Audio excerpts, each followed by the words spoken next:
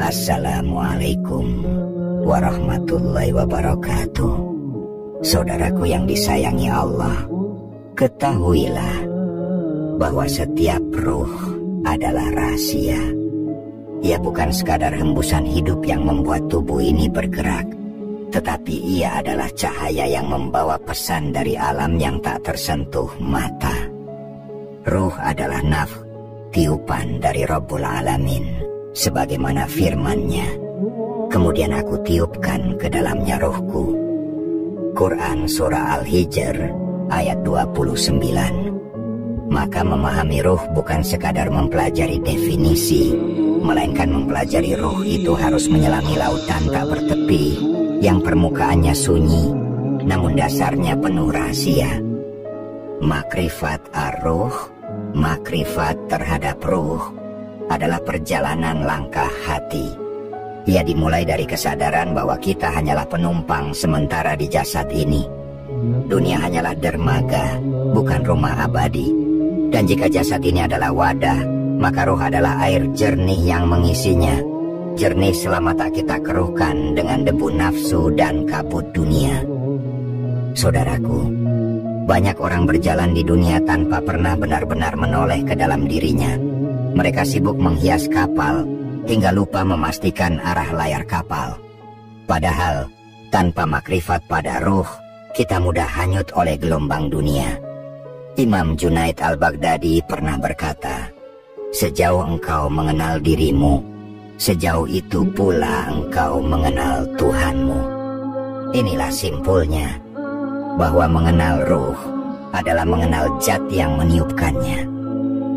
Namun, perjalanan mengenal ruh seringkali tertutup oleh lapisan ego, kesibukan duniawi, dan cinta pada dunia yang berlebihan. Dan setiap lapisan itu adalah kabut yang menutupi cahaya fitrah rohaniah. Saat kabut itu menipis, kita mulai merasakan sebuah panggilan untuk pulang ke hadiratnya. Bukankah engkau pernah merasakannya di tengah sepi, ketika hati tiba-tiba terasa rindu tanpa alasan yang jelas? Ruh, pada hakikatnya, selalu merindukan asalnya. Makrifat ruh adalah mengenali arah pulang itu, meski jalan kadang berliku dan terasa asing. Dalam tasawuf, hal ini disebut syauq, kerinduan mendalam kepada Allah. Rindu yang tak bisa dibeli, tak bisa dipalsukan. Ia tumbuh dari kesadaran bahwa segala yang kita genggam di dunia ini hanyalah bayangan dari hakikat yang sejati. Dan ketika engkau mulai menyadarinya, sesuatu akan berubah. Pandanganmu pada dunia tidak lagi sama. Hal-hal yang dulu tampak besar menjadi kecil, dan yang dulu engkau abaikan, seperti zikir, sujud khusyuk, atau sepi di tengah malam, menjadi permata yang tak ternilai. Sebab engkau mulai mengenal ruhmu yang abadi dalam genggaman Allah. Saudaraku, setiap langkah menuju makrifatur ruh adalah seperti menapaki lorong cahaya yang perlahan menyingkap tabir.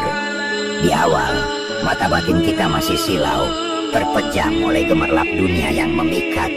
Namun seiring kita belajar menundukkan nafsu, perlahan cahaya itu menjadi lembut, menenangkan, dan memandu kita tanpa memaksa. Dalam setiap tarikan napas, ada pesan Tuhan yang berkata halus, "Engkau berasal dariku, dan kepadaku engkau akan kembali." Ruh, ibarat burung yang dirantai. Ketika rantai itu terbuat dari kesombongan, amarah, dan cinta berlebihan pada dunia, ia meronta, namun tak mampu terbang. Tetapi ketika rantai itu dilepaskan dengan taubat, dengan mujahadah yang tulus, ia akan mengepakkan sayap menuju ketinggian yang hanya dikenal oleh hati yang lapang. Inilah sebabnya para sufi selalu menekankan pentingnya tazkiyatun nafs, penyucian diri, sebagai jalan pembebasan ruh. Kadang kita merasa jauh dari Allah bukan karena Dia menjauh, tetapi karena hati kita tertutup. Dan penutup itu terbuat dari lapisan demi lapisan kebiasaan yang kita biarkan tumbuh. Seperti lalai dari zikir, terlalu cepat marah, terlalu lama membenci, atau terlalu sering membenarkan diri. Setiap kebiasaan buruk adalah tirai. Setiap amal saleh adalah jemar yang menarik tirai itu sedikit demi sedikit hingga cahaya masuk kembali. Ada saat-saat ketika roh berbicara. Ia berbicara lewat rasa gelisah yang tak terjelaskan atau lewat air mata yang turun tanpa alasan. Pernahkah engkau merasakannya? Tiba-tiba saja hati terasa ingin sujud lebih lama atau ingin menyendiri dalam doa, seolah ada yang memanggil dari dalam dirimu sendiri. Itulah panggilan fitrah. Gema dari Ahdul Adali, perjanjian lama, ketika Allah bertanya, bukankah aku ini Tuhanmu? Dan kita semua menjawab, betul, kami bersaksi. Maka berjalanlah dengan lembut di jalan ini. Jangan tergesa-gesa, sebab makrifat bukan hasil yang bisa didapat dengan buru-buru. Ia seperti fajar. Ia tidak datang karena kita memaksanya, tetapi karena waktu sudah tiba dan tabir malam mulai tipis. Yang bisa kita lakukan adalah menjaga hati tetap terjaga, agar saat cahaya itu datang, kita tidak tertidur. Dan ketika cahaya itu benar-benar menyapa, engkau akan merasakan apa yang disebut para arif sebagai sakinah, ketenangan yang tidak bergantung pada keadaan, dan kebahagiaan yang tidak memerlukan alasan. Saudaraku, ketika kita berbicara tentang makrifatar ruh, kita sesungguhnya sedang memasuki wilayah yang tak lagi diukur dengan logika semata. Ini adalah taman sunyi di mana bahasa menjadi jembatan. Disinilah dua konsep agung dalam tasawuf menghampar, fana dan bako. Fana, lenyapnya diri dalam kesadaran akan Allah, adalah saat di mana ego, keakuan, dan segala rasa kepemilikan melebur. Seperti tetes embun yang larut dalam samudra, ruh tidak lagi merasa terpisah dari sumbernya. Namun fana bukan berarti hilang dari kehidupan dunia, melainkan fana itu adalah hilangnya ilusi bahwa kita memiliki kendali penuh atas segala sesuatu. Orang yang mencapai fana masih berjalan di bumi, namun hatinya telah pulang kepada Robnya. Lalu, dari fana, lahirlah bako, keabadian bersama Allah. Jika fana adalah tenggelam, maka bako adalah hidup kembali dengan kesadaran baru. Ruh yang berada dalam bako menjalani hidup dengan cahaya tauhid yang menerangi segala keputusan, ucapan, dan gerak. Ia sadar bahwa setiap hela napas adalah amanah, dan setiap detak hati adalah zikir yang hidup. Namun jalan menuju fana dan bako bukanlah jalan yang keras dan kaku, melainkan ia adalah jalan kelembutan.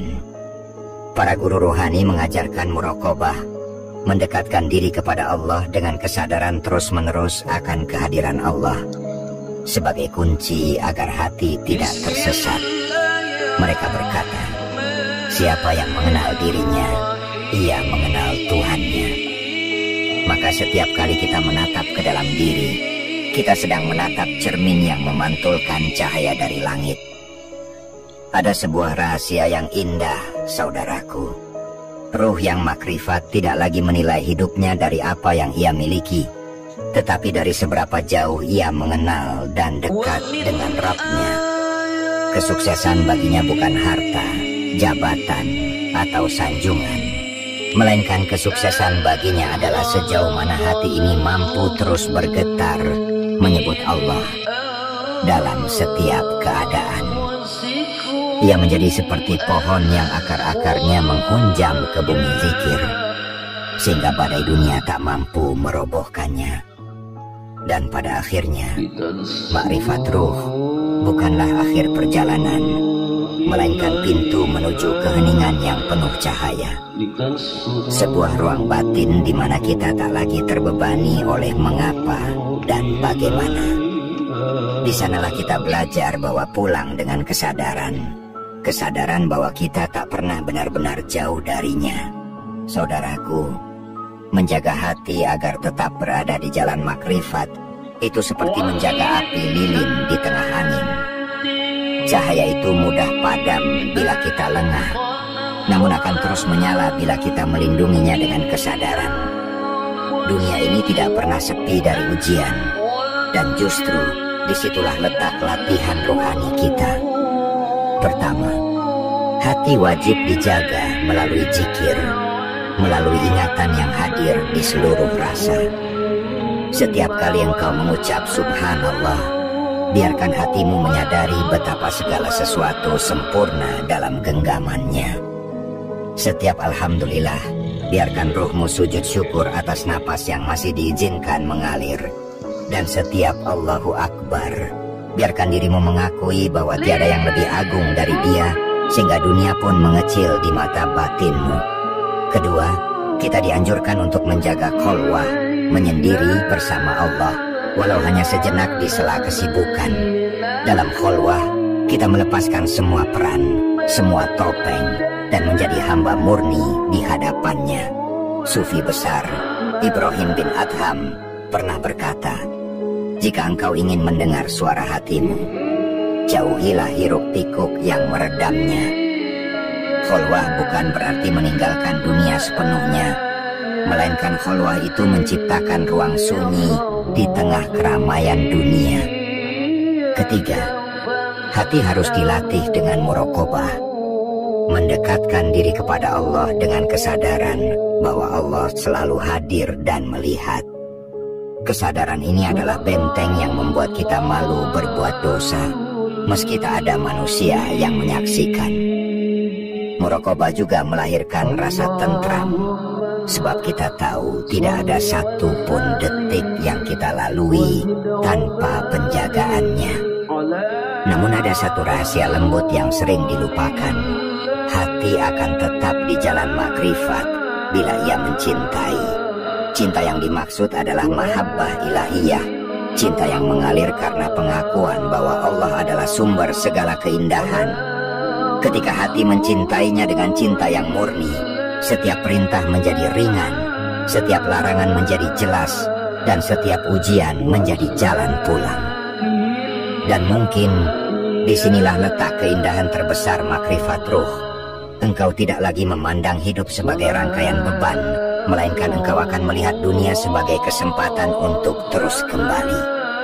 Kembali dalam sujud, kembali dalam zikir, kembali dalam setiap denyut rasa yang berbisik, aku rindu padamu, ya Rabb.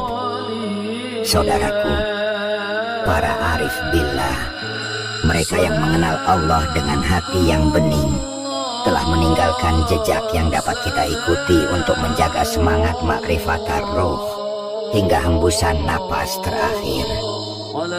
Mereka berjalan di bumi seperti manusia biasa, namun hati mereka senantiasa berada di hadirat yang maha abadi. Yang pertama, mereka memelihara cahaya itu dengan istiqomah dalam ibadah, bukan sekadar ketika hati sedang lapang.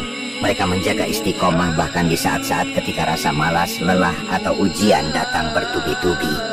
Mereka paham bahwa hati yang tidak diberi makanan rohani akan layu, sebagaimana tubuh yang tak diberi makan akan lemah. Maka, sholat malam menjadi nafas mereka, tilawah Al-Quran menjadi santapan mereka, dan zikir menjadi detak yang menghidupkan jiwa mereka. Yang kedua, mereka menjaga adab hati, sebab bagi para kekasih Allah, adab bukan hanya perilaku lahir, tetapi juga kesopanan batin di hadapannya. Tidak menyombongkan amal, tidak memandang rendah manusia lain, dan tidak tergesa-gesa menilai orang lain. Mereka mengerti bahwa sedikit kesombongan dapat memadamkan cahaya yang telah lama dijaga, seperti pelita yang padam karena setitik air. Yang ketiga, mereka hidup dalam tafakur. Setiap kejadian, kecil maupun besar, mereka pandang sebagai pesan dari Allah. Sebuah daun yang gugur, hujan yang turun, senyum seorang anak, bahkan kematian seorang sahabat, semuanya menjadi ayat bagi mata hati yang terlatih. Tafakur inilah yang membuat mereka melihat dunia sebagai sekolah abadi. di mana setiap detik adalah pelajaran untuk mendekat. Ada pula rahasia mereka yang paling halus. Mereka senantiasa menyandarkan segala urusan kepada Allah dalam keadaan ridho. Tidak ada perlawanan batin terhadap takdir, meski takdir itu pahit. Mereka memahami bahwa setiap takdir adalah untayan kasih yang kadang dibungkus ujian. Dan karena roh mereka telah mengenal sumbernya, mereka tidak gentar kehilangan apapun di dunia ini. Sebab mereka tahu pemilik segalanya tak pernah meninggalkan mereka. Saudaraku, bayangkanlah seorang hamba yang di ujung hidupnya masih tersenyum dalam sujud, karena ia yakin sebentar lagi akan pulang. Tidak ada ketakutan, yang ada hanya rindu. Inilah buah dari makrifat roh yang dijaga seumur hidup. Kematian bukan lagi pemisah, melainkan kematian menjadi gerbang menuju kekasih sejati. Seperti kata Rabi'ah Al-Adawiyah, aku tidak takut neraka dan tidak mengharap surga. Aku hanya rindu memandangmu, ya Allah. Saudaraku, ketika ruh telah sampai pada saat perpisahan dengan jasadnya, para sufi menggambarkan momen itu bukan sebagai kegelapan yang menakutkan, melainkan mereka menggambarkan kematian sebagai fajar yang menjemput malam panjang. Mereka percaya bahwa bagi ruh yang telah mengenal Tuhannya, kematian hanyalah proses tajrid, pelepasan dari pakaian dunia, agar ia dapat mengenakan busana cahaya yang lebih murni. Pada detik itu, ruh akan melihat kebenaran yang selama ini ia imani tanpa bentuk. Malaikat datang bukan sebagai sosok yang menggentarkan, melainkan pembawa kabar gembira. Sebagaimana firman Allah, wahai jiwa yang tenang, kembalilah kepada Tuhanmu dengan ridho dan diridhoi. Maka masuklah ke dalam golongan hamba-hambaku dan masuklah ke dalam surgaku. Quran Surah Al-Fajr ayat 27-30. Ayat ini bagi para arif billah bukan sekadar janji di masa depan, tetapi ayat ini bagi para sufi adalah gema yang selalu mereka dengar sejak di dunia. Gema yang terus memanggil mereka untuk pulang. Bagi ruh yang selama hidupnya menjaga zikir, istiqomah dalam ibadah, dan lembut dalam adab, alam barzakh menjadi taman yang teduh. Mereka mengenal wangi ketenangan yang tidak pernah mereka cium di dunia, dan cahaya yang tidak pernah mereka lihat dengan mata jasad. Ruh itu merasa pulang, seperti anak kecil yang berlari ke pelukan ibunya. Dan di hadapan Allah, semua kegelisahan dunia larut tanpa jejak. Namun, bagi mereka yang lalai dan menutup pintu hatinya, perpisahan itu bisa menjadi pertemuan yang penuh penyesalan. Para guru rohani selalu mengingatkan bahwa dunia adalah kesempatan yang tidak akan kembali. Sebab setelah nafas terakhir, tidak ada lagi amal. Yang ada hanyalah penantian akan pengadilan Allah. Dan penantian itu, saudaraku, akan terasa lama bila ruh tidak pernah belajar untuk merindukan Allah sejak di dunia. Karena itu, marilah kita menjaga hati kita sekarang sebelum hari itu tiba. Jangan tunggu esok untuk berdamai dengan diri, untuk memaafkan, atau untuk kembali kepadanya. Sebab ruh yang selalu berlatih pulang akan menemukan jalan pulang itu dengan mudah ketika waktunya sudah datang. Wassalamualaikum warahmatullahi wabarakatuh.